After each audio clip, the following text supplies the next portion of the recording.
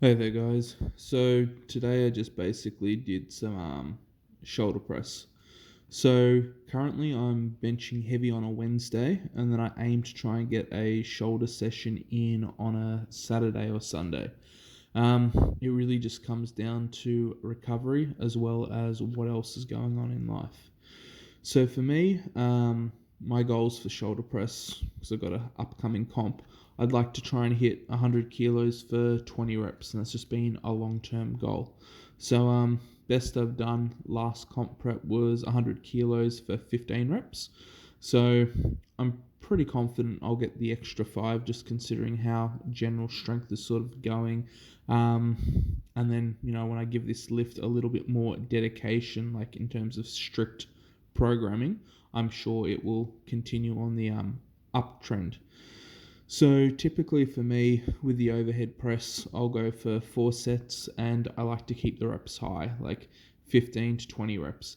With a one arm dumbbell shoulder press, I'm happy to bring the reps down lower or occasionally go for heavier singles, and that's simply due to the fact that my head isn't in the way. The technique for a single arm press is a lot different compared to a barbell. So, on that note, like, how do I press with a barbell?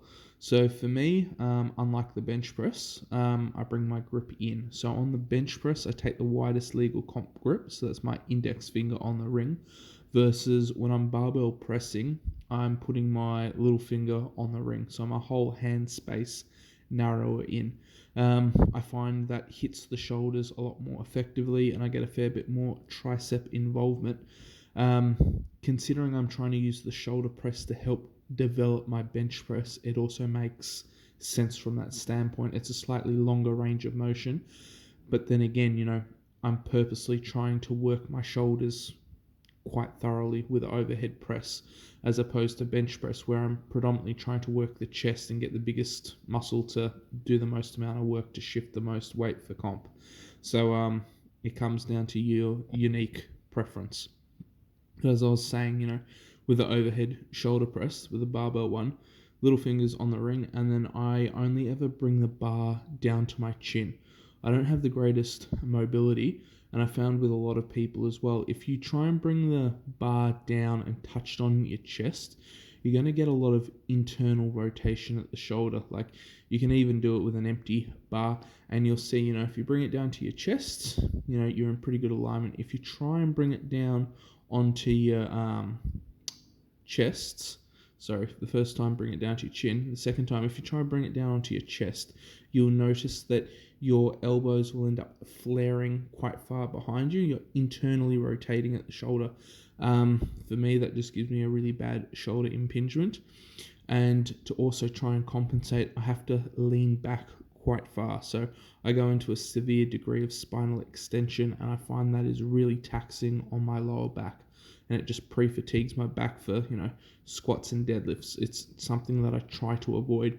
So for me, when I overhead press, I'll only ever bring it down to my chin. And that being said as well, I tend to look up at the bar, so my chin is slightly elevated again. You could spend the time and, get the mobility through your shoulders and the rest of it, but at the end of the day, I mean, the reality is the distance from my chin to overhead is still going to be a greater distance than what I bench, in competition or even in training.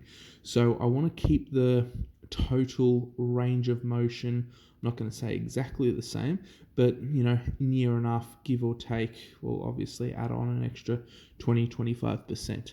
And I find that's just something that works well for me. And at the end of the day, like, if you're trying to progress your bench press, you want to look after your shoulders. You want to make your assistant exercises as beneficial to your unique demands within the sport that you compete. Log press, you have a think about it, your hands are going to be up in the log holding the handles.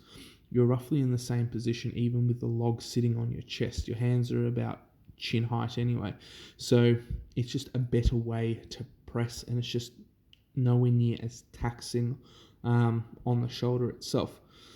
For the people that do have mobility and can bring it down to their chest, it's completely up to you. I just sort of always err on the side of caution, really think what is the risk to reward ratio and is it going to benefit your sport or what you need. The only time I would ever sort of sacrifice technique would be if I was literally just using an empty bar or something lighter and I was just trying to pump blood into the area as well as feel a good stretch. That way, I'm not going to be concerned about spinal extension, internally rotating and compressing under load because, if it's an empty bar or something like that, the load's really insignificant. So I'm not going to be worrying about any soft tissue, compression or damage or anything that's going to negatively impact my training in the future. But that's pretty much it for, how I shoulder press and just sort of a bit of an insight as to why.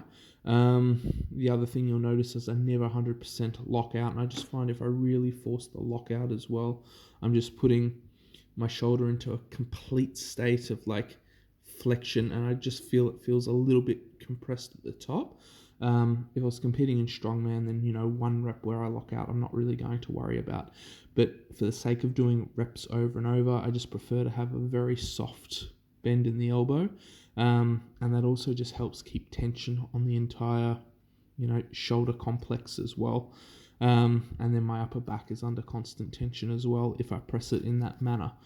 So if you guys have any further questions relating to the shoulder press or anything, overhead or how to develop shoulders, just drop a comment below. Do my best to get back to you. If you guys haven't already, hit like and subscribe and have a great day wherever you are.